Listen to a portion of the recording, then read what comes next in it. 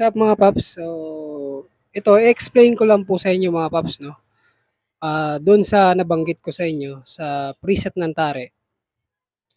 Makikita natin dito mga paps yung preset ng tare. So, i-explain ko sa inyo mga paps kung ano yung preset ng tare o tinatawag na tumbada ng tare.